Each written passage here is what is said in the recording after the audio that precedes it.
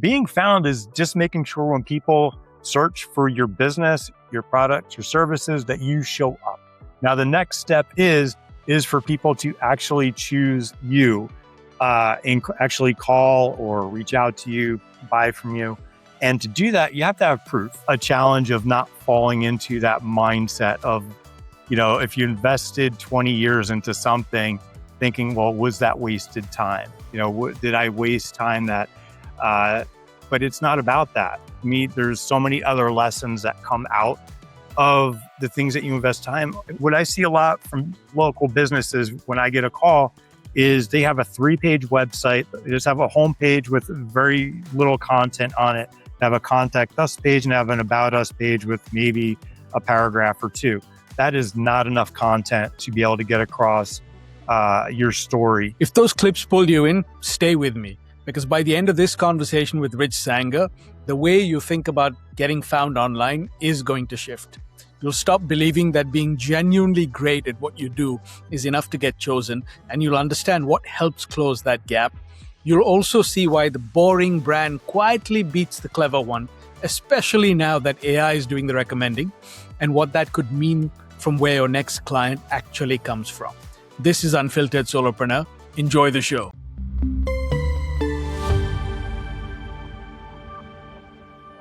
Hello and welcome to a new episode of Unfiltered Solopreneur. I'm your host, Nikhil. My next guest grew up between garbage trucks and guitar strings, took the scenic route through psychology and search, and now helps small businesses step into the light. Rich, welcome to the show. Thanks for having me. Well, I'm excited for our conversation, and I'm going to dive right in. Now, before the SEO and the algorithms, before we sort of get to that, you grew up literally inside your family's businesses, right? Sitting up in your grandfather's waste hauling trucks, honking the horn, cleaning offices with your dad from the time you were old enough to walk. And yet the thing you grabbed was a guitar. Take me back to that young Rich. With all of that around you, why did music become the thing that was yours? Yeah, great question. So there was a lot of chaos when I was younger, growing up. My grandfather, he's a son of Italian immigrants, and for a lot of Italian families at that time, driving trucks and things like that was a very common thing where he grew up in New Jersey, and also working for the Singer plant and things like that. So when I was young, my mom would bring me into the business. Sometimes she worked there when she was younger as well. So I loved going there to be able to climb into the trucks, the giant Mack trucks that they had, be able to honk the horns and, pretend that I was driving the trucks. At the same time as that, my dad also was a business owner. When he was younger, he worked as a longshoreman in New York and in Elizabeth, and the work was inconsistent for him. So he decided to start his own business doing office cleaning and things of that nature. With me and my two siblings, my brother and sister, from the time that we were able to walk, he was bringing us with him to work on the job. So from the time we were 3-4 years old, we were walking around, rolling around the garbage can, emptying out garbage cans and taking it back a long time, even ashtrays and such, when people were still allowed to smoke in the offices. So I did that for many years, work with my dad. But like I said, there was a lot of chaos at the time. So I needed something for me. I at times have a lot of challenges, sometimes communicating verbally with, being able to communicate how I feel inside of things I think. And that's where music really connected for me. Music is about communicating your thoughts, feelings, emotions through sound in time. So when I was about 12, 13, my cousin Vinny, he played guitar, and I used to watch him play, and I loved it. And that's really what got me into it. And he loaned me one of his guitars. And from the time I was about 12, 13, up until, early 20s, all I did was play guitar 8 hours a day. I'd go work or go to school, come home and play. And from there, I got to a point where I was able to play professionally and make a living professionally, teaching and also performing live in bands and such. But I hit a wall, with that after about 20 or so years, where I started to develop a hand issue. called focal dystonia, or more commonly known as musician's cramp. It's like a neurological condition where it creates a cramping or spasmic response in your hand. That's resulted in me hitting a wall where I couldn't really pursue music the way I was anymore.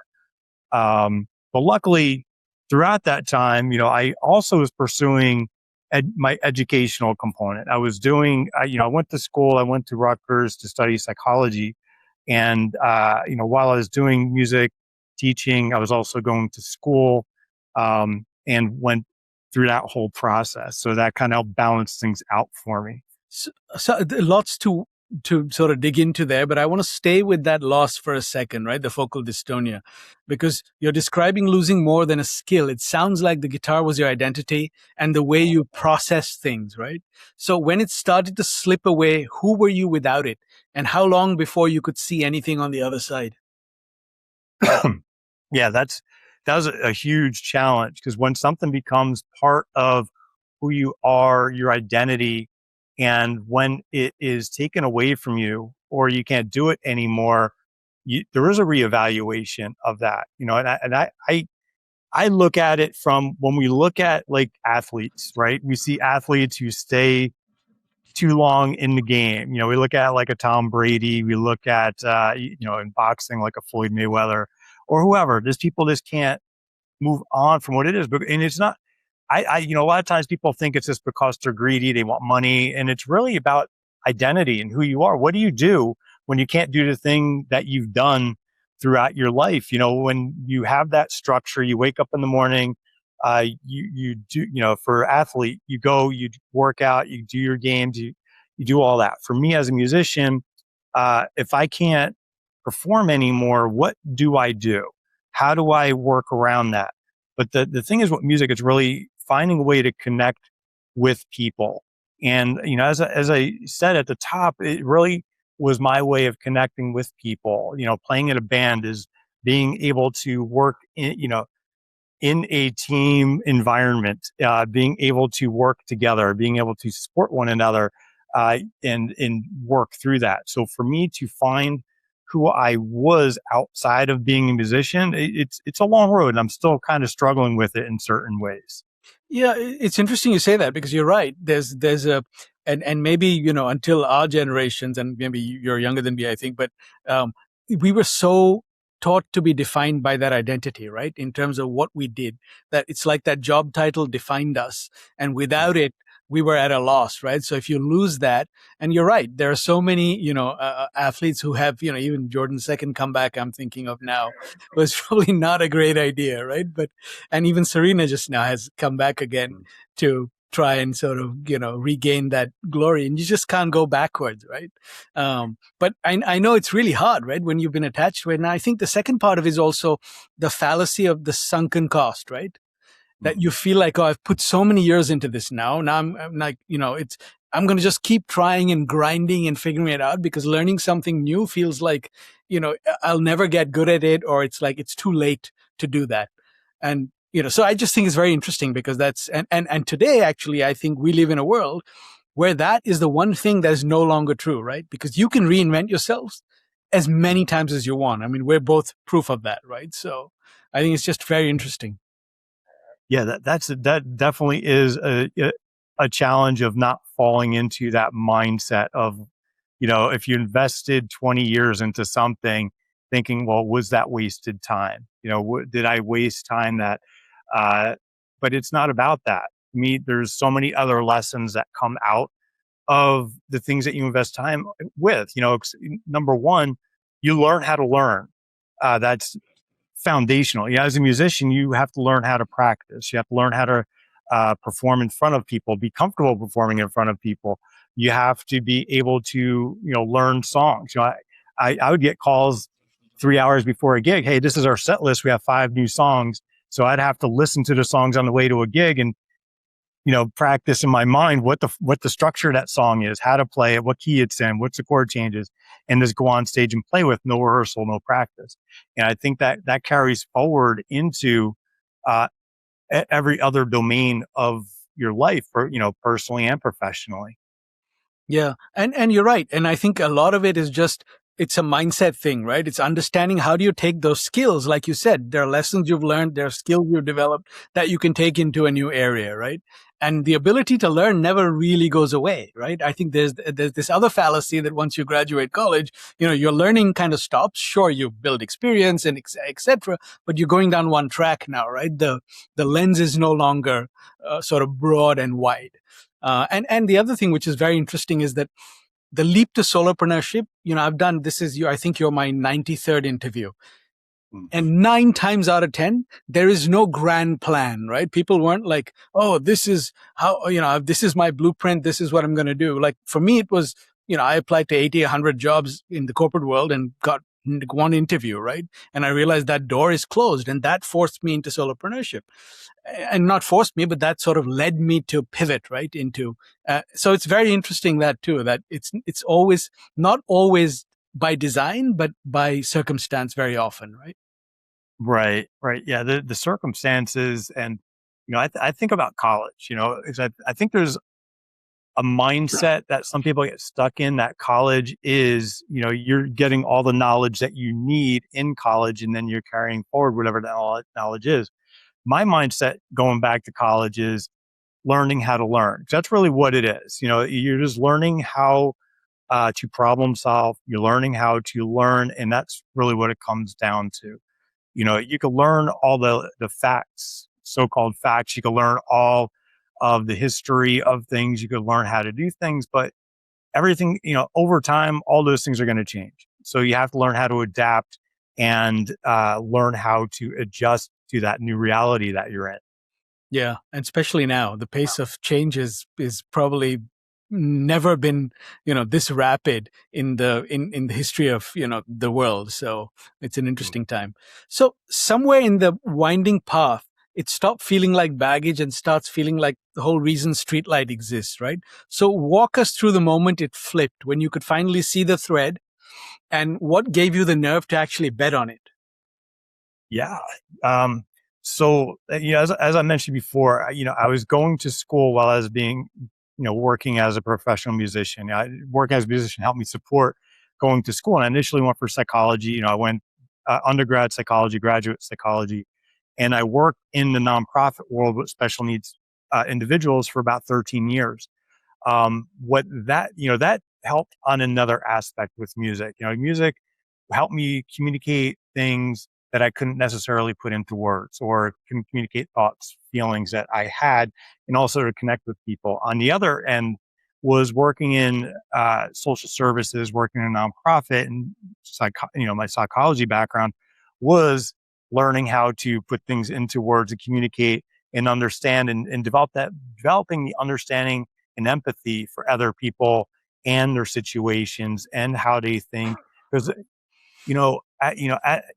I think that's one of the things as a business owner that you have to be able to do, is understand people's circumstances, situations, how they think about if it's related to your product or service, how are they going to think about it? And I think that's where, for me, being in my psychology background helps me to do, is to understand how people might think about a service or product, when they might need it, and how that all plays into parts. So I think that balance for me kind of worked together from both ends, on the music and the nonprofit end, and it kind of culminated for me. And it was a very strange coincidence that going back to about 2015, 2016. Now my wife's family is from Boston. We're living in New Jersey, and we talked about moving to Boston area. And around that time, that's when I was really starting to struggle with the focal dystonia. But I was also getting to the point, after working about 12, 13 years in the nonprofit, where I was like, I felt like I've kind of hit the end of the road here for me. And all those three threads kind of culminated when we decided to move to Boston. And I had already started my online music academy. So I'd learned how to start a business, and I learned how to work with people, how to hire people, how to build websites, how to do social media and all that. So it was a leap there. So that, right, we're going to move up here, and that's going to be my new jump off point to, start this new career full time for me. Yeah, again, and going back to what we were talking about earlier, it's sort of taking, instead of thinking I've got to throw the experience and baby out with the bathwater, it's really saying how you can take everything you've learned and shape it into this new space, right? Because 7 out of 10 skills will still help you in whatever direction you decide to go in. And sure, 30% you'll have to learn afresh when you're going into a new space. But to me, that's part of the fun, right? I mean, that's learning something new keeps the brain sort of active and keeps us going. Yeah, I mean, I'm 100% with you there. I think for me personally, I have to always be doing something new and always learning something new. That's how things keep fresh for me. Um, I've worked jobs where I was doing the same thing every day, all day long, and it just does not resonate with me as a person. I can't, for some people, they're good with that, and I support that 100%. But just for me personally, I can't do it. It just creates anxiety for me, and it's just hard to do. Um, what I do now, working on SEO, search, and AI, is every day is completely different. When you work with small businesses, every day is completely different. There's different conversations. Everybody has different situations coming up. That keeps me on my toes, and I love that, because then it forces me to learn something new every day. 'Cause I don't always have all the answers to anything that my clients have, and I'm upfront with that. I'll tell them, like, I don't know that right now, but I'm going to get back to you with what I think is going to be, a better answer for you. Yeah, and honestly, at the pace at which AI changes, Rich, you've signed up to the roller coaster now in terms of learning. I mean, it's like, it's not even every quarter, every month, it's every day that we see changes, right, in terms of how it functions and the progress that it makes. So it is very interesting. And I just remembered what I was going to say earlier. It was also something you mentioned, which is, learning how to deal with people and when you're working with businesses, because as a solopreneur, the separation collapses, right? That's one thing I always talk to people about. That's why traditional corporate frameworks don't really work, because, unlike an IBM doesn't walk into the room or have a sales conversation, right? You and I do. And that is the distinction I think a lot of brand building frameworks don't make between corporate brands and solo brands. Yeah, that's still a learning process for me, because I think one of the things that as a business, when you're thinking about being a business owner, launching your own thing, there's a big difference between being really good at what you do and being able to communicate the value of what you do and connect that to your prospects' needs in a real way. And that's not, I still have a hard time with that. Being it's something that every conversation I have with a potential customer, with any of my existing clients, is something that I try to learn from. I had one of my existing clients tell me, he's like, when I first met you, you wouldn't give me a very specific answer for what I was looking for as far as this. And I struggle with that, because I don't want, I want to be, I have a hard time with making promises for things that I can't promise and deliver on. Because, when we talk about SEO, talk about AI, that there are so many moving pieces in there. You're dealing with algorithms that are updated weekly. You're dealing with, as you mentioned, a lot of changes. And anytime you're getting into like guarantees, you're setting up clients for disappointment. So I try to be as honest as possible and upfront with anyone regarding anything. And I try to approach things from a more partnership and educational component, that I'm on this ride with you. I try to learn as much as I can, and I'm going to everything I learn and everything I do is to benefit you as best as I could do. Yeah. And you touched on, and it's actually the perfect segue, because I want to move into brand building and marketing and talk about that. But what you just described is my tagline, right? You can't write the label from inside the bottle. And that's really what, the process that I do is designed to pull the solopreneur out of the bottle, and we sort of co-create the label. Because like you said, it's a proximity issue. It has nothing to do with effort or lack of talent or skill. You can be really good at what you do, and it's really hard to articulate what that brilliance is when it comes to Exactly. seeing it from the outside.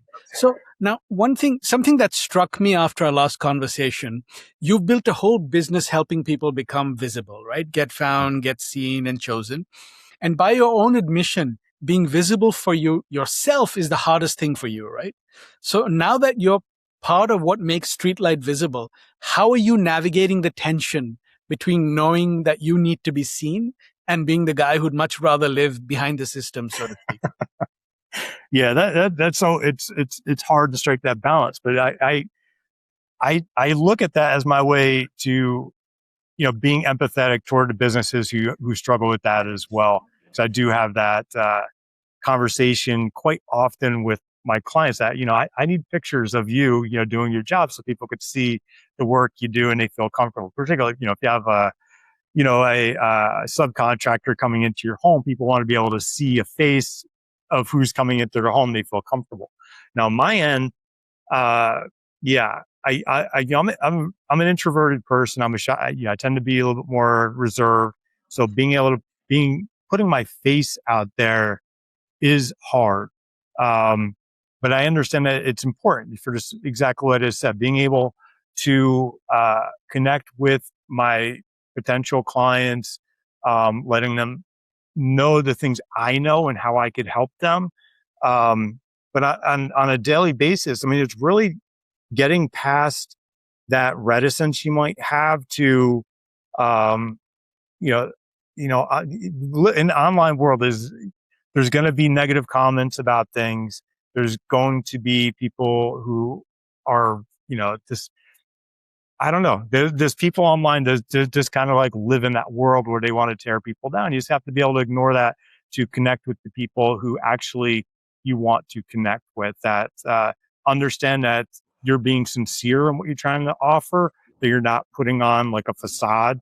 And it's really about, you have control of your story and your narrative, what you want to put out there.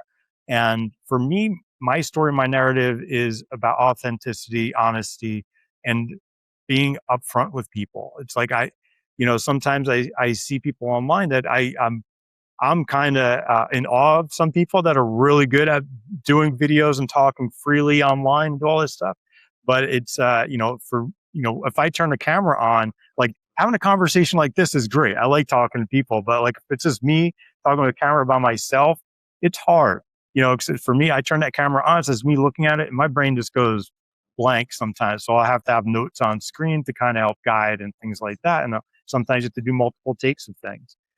But it's, particularly now the way things are online and with digital marketing, it's really important that you're creating a variety of content online that people can see, that will feed into Google, will feed into the AI tools that they could pull from and get you in front of people. And you don't have to be perfect. It's really about just being authentic to who you are and what you're trying to communicate. Yeah, and we're gonna get into some practical tips I'm going to ask you about visibility in the next section. But I want to touch on a couple of things you said, because I'm an introvert too. So I completely relate to everything you're saying. And I think one of my happiest moments was about a decade ago. I met Gary Vaynerchuk. And I, of course, believe that this guy is like born to be in front of the camera, right? And, Right. At the time it was a spec interview at VaynerMedia. So I mentioned obviously that, wow, like you must love like doing these things like twice a day or whatever he was doing. And he's like, no, I hate it, man. It's like, it's just it's part of what you have to do. And I was like, wow, I was so happy to hear that. So, there's this element of it. So now I always, a little doubtful when someone says, oh, I love the camera. No, I understand there are extroverts and that's fine. But the lesson for me was also that you don't have to change who you are, right? We learn to do it the way that we're comfortable. Like you said, you have notes, you do multiple takes. I do the same. I'll run through it. I like to do it in one take because I hate the editing. So I may sometimes take like 5 takes to do my intro and outro, even for this podcast, because that's just me talking to the camera. Right. And I also realized I don't try to copy anybody else's playbook. And that, I think, is the really important thing, like you said, about authenticity, is just be yourself. Because, and I love Oscar Wilde's quote for this, right? Be yourself, everyone else is taken. So I always tell people that. It's like, that's just, follow that little mantra and you'll be fine. Yeah, it's funny. It's funny that you said. I was talking to a colleague I have that works in digital PR a couple months ago at a conference, and they said the same thing. They said, I was trying to be something that this wasn't true to me, and that's what I struggle with. So once I started this talking freely, being myself, that's when things started to, align. Yeah, I think that's a very important lesson. I think you kind of have to go out there and learn it, right? Because social media is filled with playbooks for how you should be. Do it like Justin Welsh. Do it like, Ali Abdaal or Laila Hormozi. But no, that works for them, not for you, right? So that's right. You have to kind of learn that. So now you described this wraparound model from your social service years, right? Which I thought was really interesting. Now, building a scaffolding of support around a family so a kid could thrive is how you described it. Now, listening to you talk about Streetlight, I wonder if that same instinct followed you into the business. So when a local plumber shows up at your door, what does the scaffolding around his business actually look like? Yeah, it is funny. After doing that type of work, the wraparound work for, about 9-10 years, that it was just an epiphany for me. I not only did I apply it I applied it when I did my music school, and I applied it here when I work with local businesses. And what it is looking at holistically the business. What do they need to do to succeed? You have to understand the business and what exactly are their goals. I can't ascribe what their goals should be. I have to talk to them, get in their words. Where do you see your business in 5 years from now? Where do you want to go? Are you just trying to maintain? Are you trying to fill gaps? Or are you trying to grow, your business from a 1 truck business to a 5 or 10 truck business and expanding your geographic area? There's going to be different answers and different strategies for each of those things. So what I look at when I work at a business on the marketing end is, where are they at in real life? What are they doing right now when they're talking to people? Are they part of any chambers? Are they part of any referral groups? Are they encouraging their existing customers to leave reviews or to refer them to their friends? Those are all forms of marketing. Then I look at what's going on the digital world, on the channels that they control, looking at things like their website, their social media, YouTube, anything like that. What are they doing to help get their story out there? Again, tying into earlier, your narrative, how are they getting the narrative of who they are, what they do, where they do it out there on the internet? And then also looking at how are they encouraging third-party sources online to talk about them. And that's just from the marketing end. Now, I also look at, again, my expertise is not in business development in all those areas, but I look at ways, if a business wants to grow their business from a 1 truck to 5 truck or 10 truck, I try to connect them to people who have done that before and who have that expertise to help guide them. That could be bookkeepers. Bookkeepers know all your dirty secrets. Right. They know what you can do, what you can't do, how to do it, how to set up things, but also talking to people. And again, where I'm at up in Massachusetts, we have a organization like Boston Business Mentors, which is just full of people later in their careers or retirees who are part of this nonprofit organization that offer free support to local businesses here in Massachusetts. So there are other ones as well, like SCORE or things like that. But just really trying to connect businesses to people that will help guide them and function, I don't like an unofficial board of advisors for them to get to where they want to go. Yeah, it's really interesting as you talk about it, Rich. The more you talk about it, there's like, you just described how you put somebody in touch with a mentor, right, who wanted to grow their business, or a CPA. And you also, the way you talk about it is not just about needing to be found or ranked. They need to be understood, trusted, chosen is sort of what I hear, right? Now, nobody else I know talks about SEO like that. Everyone else is selling rankings. So I'm curious, where did that even come from? And also, when someone new comes across you, do they actually hear that difference? I hope so. I hope they do. But really, it's just those three things for me. So that's really what it comes down to, is being found, being understood, being chosen ultimately. And that's really where, search is, like for us, our generation, we Google it, that's what it is. We look at like Gen Z or, Gen Alpha, they search up, their first inclination isn't to go to Google. So, if your inclination isn't to go to Google, it's not about keyword. It's not about the rankings. It's about showing up wherever people search for your product, your service in your area, and being able to make sure that when people come across you and you show up for that you are able to get across to them succinctly who you are, what you do, where you do it, and Yeah. why they should pick you and call you. And so tell me though, is it hard? Is that part hard to explain when it comes to Streetlight Local?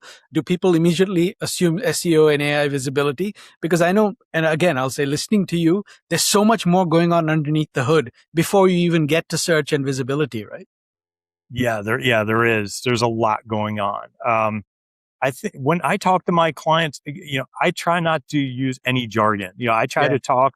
That's why I said, I always try to first understand the business, understand the person I'm speaking with, what their history is and what their goals are. And I try to tie everything I talk about to their goals. And I very rarely talk about specific keywords with my clients. I very rarely talk about, well, you're ranking number one for this keyword. You rank because ultimately now it's changing right Yeah. now. The way people search, it's not about keywords. It's about your expertise in your particular area, in your service. So if someone's, in Google, we would go to Google and say, you know, um, you know, uh, find me a pizzeria near me.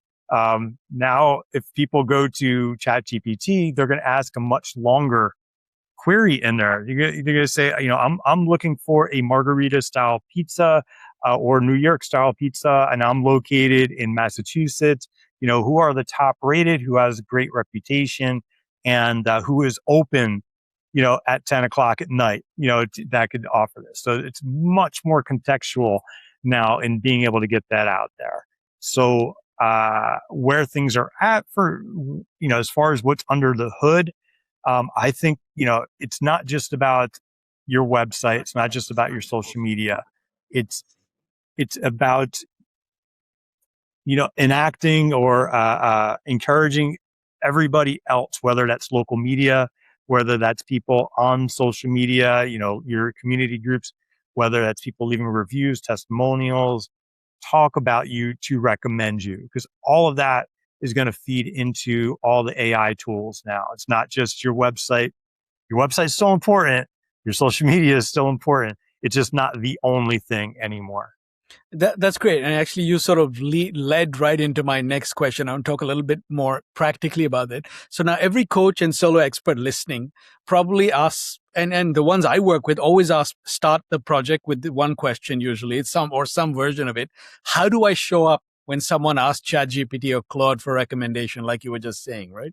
Now you talked about building an entity picture of a business, I think is the way you described it. So if we can get practical for a second, if I'm a solopreneur with basically no budget, what are 2 or 3 things I should actually be doing this month to start becoming known to these AI platforms the way you were just describing it? So first thing you have to do is make sure that your story about your business, who you are, what you do, where you do it, is consistent and fully available on your controlled channel. So start with your website, making sure that you have, let's say if you are I don't know, a painter. Let's say you're a local painter. Make sure that for every service related to painting, so if you do residential painting, you do commercial painting, you do exterior painting, you do trim, you do all these different things. You might do decks. That all that information is very clear on your website. And again, not just listing. What I see a lot from local businesses when I get a call is they have a 3-page website. They just have a homepage with very little content on it. They have a contact us page and have an about us page with maybe a paragraph or two. That is not enough content to be able to get across your story. So you definitely have to be very explicit as far, your services and also your location. Where do you serve? Where do you offer your products and services?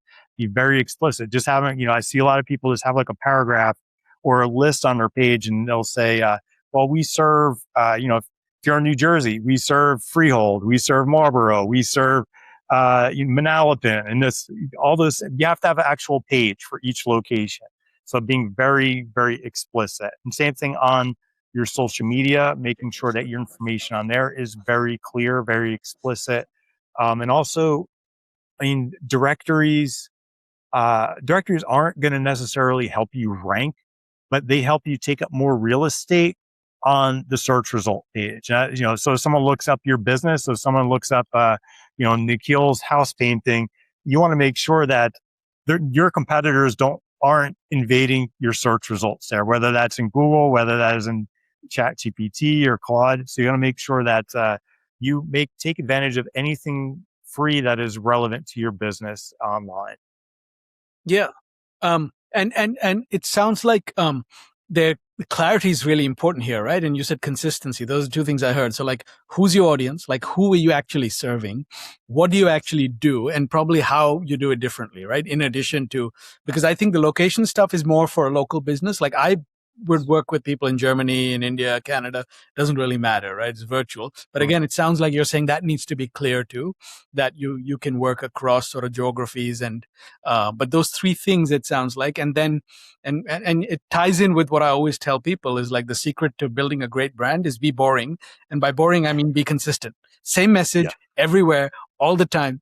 And I think there was an interesting study in the 60s that found that people need 7 exposures to the same message before they actually take action, right? So it sounds like AI is tying nicely with how you actually build a consistent, valuable brand. Oh yeah, yes, getting back to what you mentioned earlier about entities. So I recently wrote an article for Search Engine Land about an LLM patent that Google filed about how the large language models, that's what a ChatGPT, Claude are, and Google has their own Gemini and also AI mode that uses them. So they develop like a framework of your business, of who your business is.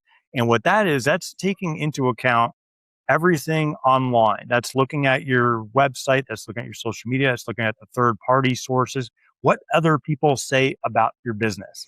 The consistency of your, because what I see a lot is businesses are inconsistent as far as having their address listed in different ways, different phone numbers and different addresses when they move, and all that stuff doesn't get updated. Or sometimes businesses, they might have different concentrations, different services that they offer. Maybe on this directory or platform, they talk about one service. On this platform, they talk about another service. And it really creates a situation where there's inconsistency that is tied to the brand.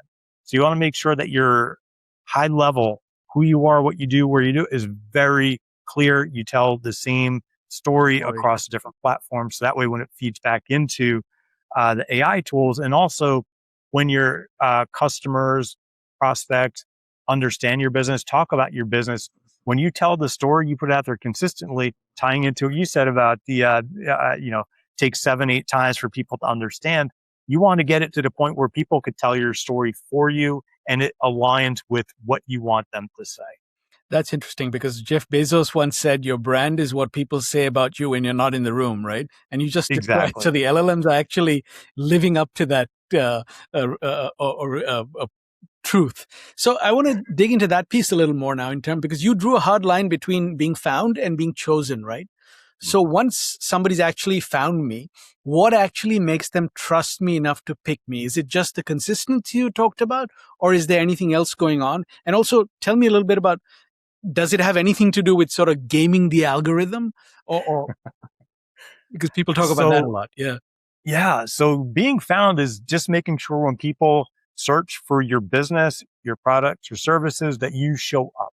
Now, the next step is for people to actually choose you, and actually call or reach out to you, buy from you. And to do that, you have to have proof. You have to have proof of concept. You have to have proof that you do what you say you do. You have to have proof that your product or service does what you claim it does. And how you do that? By get other people, by reviews, by testimonials, by people talking about you, whether that's in like social media groups, whether that's on like Reddit threads, whatever it is, that's where that comes into play. That's what's going to push it over. Because we could all talk about our business till we're blue in the face as far as how great we are, what we do, how we serve. But unless someone is getting information from someone else that is confirming what it is that you do, it's going to be a hard lift to get past that. That's really interesting because I remember a study almost a decade ago now, much before AI was sort of in the public sphere, found that 97% of people make choices based on other people's recommendations. Not what the company says, not your testimonials. It's by reading reviews or, hearing from family or friends. So it's always a trusted source that sort of pushes them over the line. So yeah, that's really interesting that the LLMs take that into account, weight that a lot more.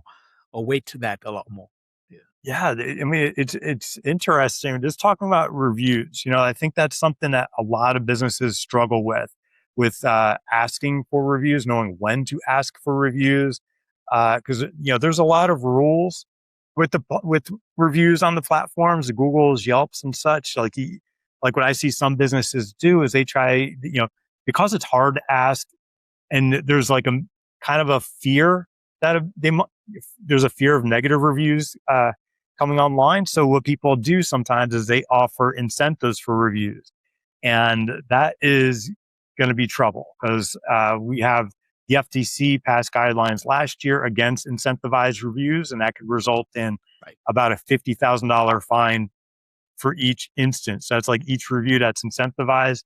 And also Google can actually, they have their own guidelines that are against any type of incentivized, any type of influencers, employees, family members leaving reviews that are undisclosed. That could result in, at minimum, the review being removed. At worst, you being taken away from Google search results. Yeah. So don't try and game it, right? I remember those days of being offered social media follower lists for like, $10 for 10,000 followers. Oh yeah. Yeah. So, and review systems I know. I've seen some of those too. Review farms, if you like. So exactly. You mentioned this idea of ecosystem of evidence. You've talked about it a little bit now, right? So when you look at a business that's doing genuinely great work in the real world, what's one thing that's most often, I should say, missing online, or a gap that you find regularly that stops Google or even AI or even a potential client from actually seeing how good they actually are? Yeah, I think there's two things there. First is, again, almost any business, you could share pictures, kind of, you don't have to brag necessarily about what you do, but put your story out there as far as the work you do. Like if you're a painter, take a picture of a house before you painted it, take a picture after, show your team painting the house. And after it's all cleaned up, everything's done, take a picture because people want to see what it's going to look like after you cleaned up, and share that online. And the other aspect is reviews. Again, those are the two things: take pictures, ask for reviews. And those two things right there are, for any business, that's foundational. You have to do. Yeah, proof. It sounds like third-party proof, right? Which is great advice. So last question before we get to our rapid fire round. If if you had to give one piece of advice to someone wanting to start their solopreneur journey, who's ready to take the leap, what would you tell them? That's a good question. I'll tie it back into something I said earlier. Just being really good at what you do isn't enough. Um, it's, I'm not one of, I know that there's some people that think, being a business owner, your own thing is 24 hours a day and this, and the other thing. Some other people are building a business to kind of fit into, their lifestyle. But I think, just not, don't be fearful of starting a business. You don't have to be perfect. You don't have to know everything, and just take a moment to understand the things you don't know and seek out support for those things. Whether whether that's a friend that you have, whether that's any local organizations like chambers of commerce, like any types of business organizations that could help you fill those gaps of knowledge. Because as a business owner, you can't know everything. You can't. And, you have to put your ego aside and be able to hire people that could do things that you can't do, and to be able to trust them to do those things, but you also have to trust them as well. Again, you don't have to be perfect.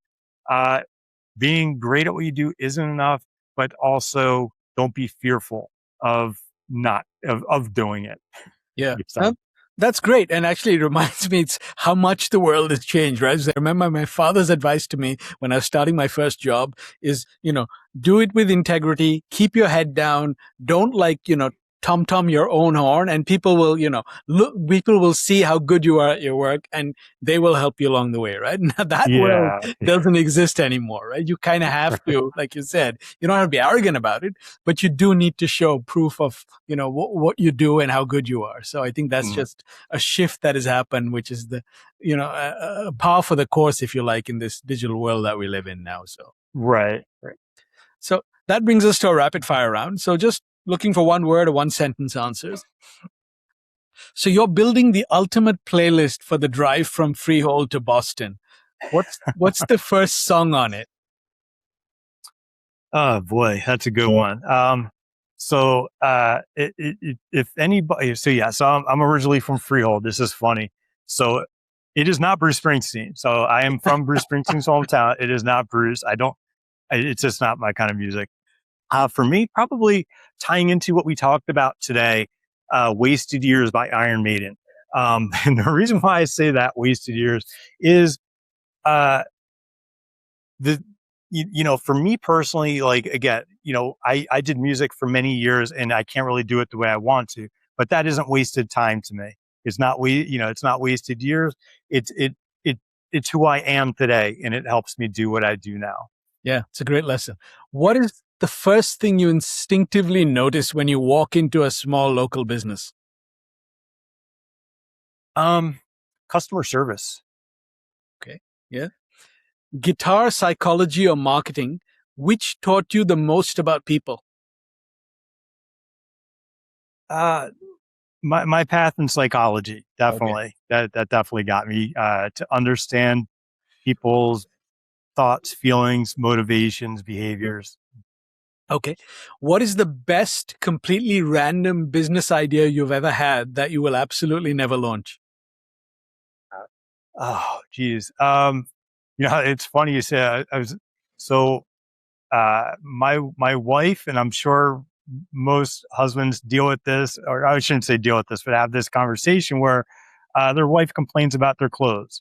Like one of my favorite things about my wife, I love her so much, is pockets in pants. For whatever reason, pockets in pants for women are almost non-existent. They're very short. So my wife has taken it upon herself to create actual real pockets that she could actually fit her phone into. So I've been trying to encourage her to start a business to create real, actual usable size pockets and pants. Yeah, I think there's a real market there. She's onto something. Most underrated Google business profile move nobody bothers to make. Oh, geez. Yeah, that's a good one. Completely filling out your services. So when people you could go in, you could create your categories, you could add services, and people typically only select the prefabricated Google services that it suggests. You can customize your own services and add descriptions to them. So with those descriptions, that allows you to add a whole lot of context as far as that particular service, why someone should, buy it from you, and where it's offered. First thing I'm going to do as soon as we're done with this podcast, Rich, that was a great tip. And that's a great way to end our show. So thank you so much for such a fun and enlightening conversation in this world of AI and visibility that we now live in. Oh my gosh. Thank you so much, Nikhil, for having me. This has been wonderful. It's been a great experience speaking with you.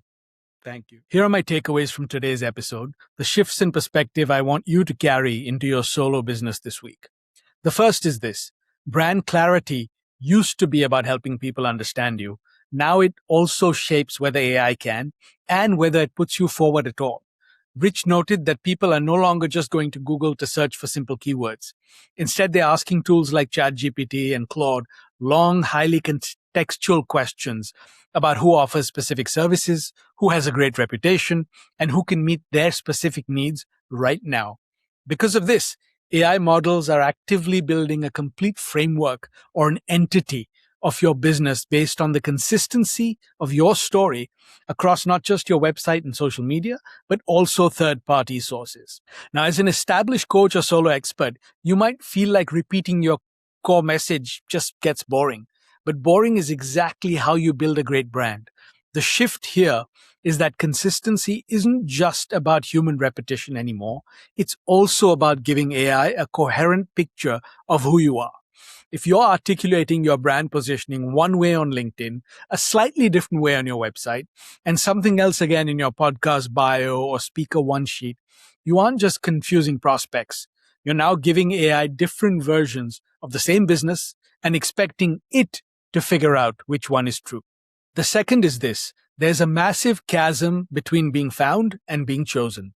And the bridge that crosses it is third-party proof. Rich made a powerful distinction when he explained that being found simply means you show up when someone searches for your service. But getting someone to actually reach out and choose you requires proof that you can deliver on those promises. He highlighted that all the brilliant marketing in the world won't matter unless there is an ecosystem of evidence, like independent reviews, client testimonials, and other people talking about your business to confirm what you claim. It's amazing how many seasoned coaches I have worked with who have sheepishly admitted to me that they have been lax in gathering client testimonials. But here's the thing, and it matters even more in the age of AI. People are naturally hesitant to trust what you say about how transformative your work is. The tipping point usually comes when they see someone else validate it. As Jeff Bezos famously said, your brand is what people say about you when you are not in the room. The third is this: being really good at what you do and being easy to buy from are two completely different skills. Rich said that pretty plainly. You can be excellent at the work and still struggle to communicate its value in a way that connects to what a prospect actually needs. And this gets particularly important once you've been doing what you do for a while. Because when you're established, the instinct is often to keep improving the work, get another certification, learn another methodology, or add a skill or layer to the offer. Become even better at solving the problem. But sometimes the work is not the problem. If people who work with you understand your value, but people outside the business struggle to see it, you may not have an expertise problem at all. You have a translation problem. And those are very different things. The market cannot experience the brilliance that happens when somebody hires you. It has to make a decision before any of that happens. So your job is to make enough of that inside value visible from the outside so that someone can understand why your particular expertise matters to them before they hire you. If you're getting attention, but not enough conversations, or conversations, but having to do too much explaining, I'd look very carefully at that middle piece, because more visibility will not solve a message the market still has to work too hard to understand or interpret. And the final takeaway is another one I see experienced solopreneurs struggle with. The winding, chaotic path that led you here isn't a liability you need to hide. It's one of the most distinctive things about your brand.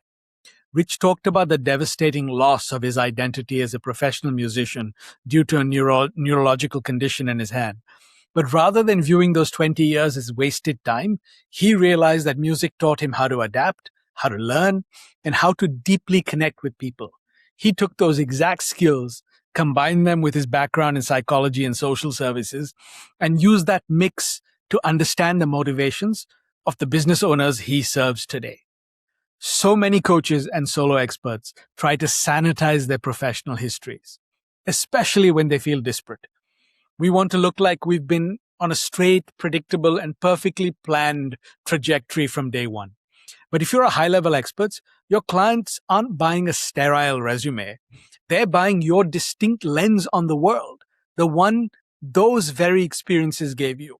The skills you learned in that completely unrelated career 10 years ago, the ones you think are irrelevant baggage, are often the exact ingredients that allow you to solve a client's problem in a way nobody else can. Don't throw away your past just because you pivoted. Your history isn't a sunk cost. It can be the very foundation of what makes your brand distinct. So here's my challenge to you this week. Don't rewrite your website, don't change your LinkedIn profile, and definitely don't go searching for another AI visibility hack. Ask 3 former clients one simple question. If you were recommending me to someone, what would you tell them that I'm really good at helping with? Don't feed them the answer. Don't give them your positioning statement first. Just listen. Then put those answers next to the way you currently describe yourself on your website, LinkedIn, or in a chemistry call. You're looking for the overlaps and the gaps. Your goal is to get to the point where people can tell your story for you. This is a very simple way of finding out whether they already can. And if 3 clients are telling 3 different stories, that's probably worth knowing before you spend another minute trying to get more people to find you. Thanks for listening to Unfiltered Solopreneur. If you're excellent at what you do, but your brand still isn't making that obvious to the right people, that's rarely a capability problem. At your level, it's more often a brand gap, the distance between what you know your work to be and what the outside world actually receives. So I built a short brand gap diagnostic to help you find yours. 9 questions, a few minutes, and it names the widest gap that's quietly costing you right fit clients. The thing that's hardest to see on your own because you're inside the bottle, too close to write your own label. It's at boostsolo.com/brand gap diagnostic, and the link's also in the show notes. Take it and notice where it's been quietly costing you. And remember, your story is your most powerful asset. Live solo or die corporate.